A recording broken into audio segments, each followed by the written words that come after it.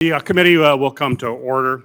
I'd certainly like to thank our witnesses for joining us to examine the vulnerability of Log4j, which our government's top cybersecurity experts have called one of the most severe and widespread cybersecurity risk ever seen.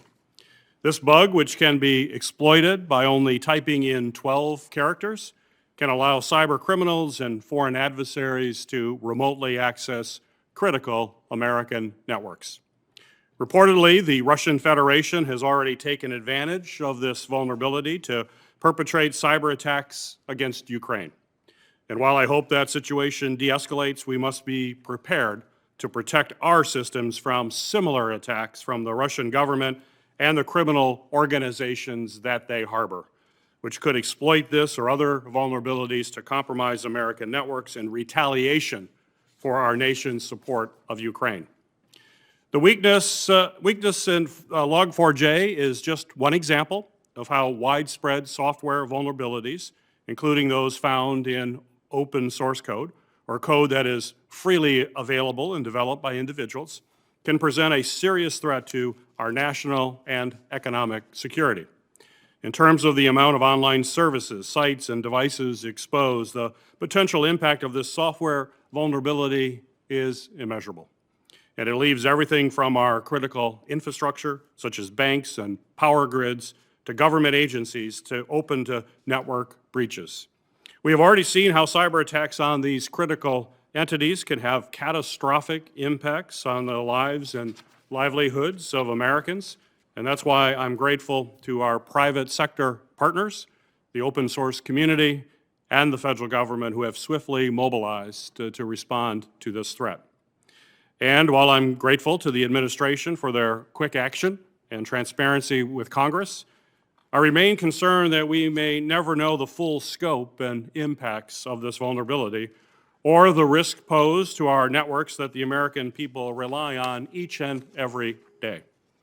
That is why I'll continue to monitor and track this latest cybersecurity threat and work with my colleagues to help ensure the government is receiving timely information about cybersecurity threats so that we can formulate a comprehensive strategy to fight back against hackers and hold foreign adversaries accountable for targeting our networks. That includes urging the Senate to pass landmark legislation that Ranking Member Portman and I authored and passed out of this committee to require critical infrastructure companies and civilian federal agencies to report to the Cybersecurity and Infrastructure Security Agency when they are hit by a substantial cyber attack. Our efforts will also ensure that critical infrastructure owners and operators are reporting ransomware payments. Our government's top cybersecurity experts would analyze this information and use it to help private sector organizations that provide essential services to the American people protect their networks.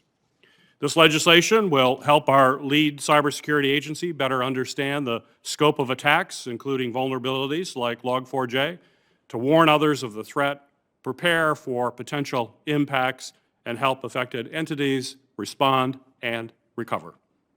And by modernizing the government's cybersecurity posture by passing FISMA reforms, we can help prevent online assaults against federal agencies from foreign and domestic actors who seek to degrade our national and economic security.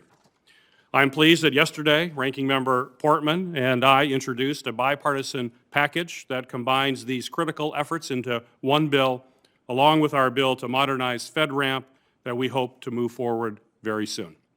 Today, I'm honored to welcome a panel of experts who can discuss the vulnerability in greater detail, how it has been exploited, how they have worked to mitigate its impacts, and broadly discuss how we can work to secure modern software that commonly contains open source coding.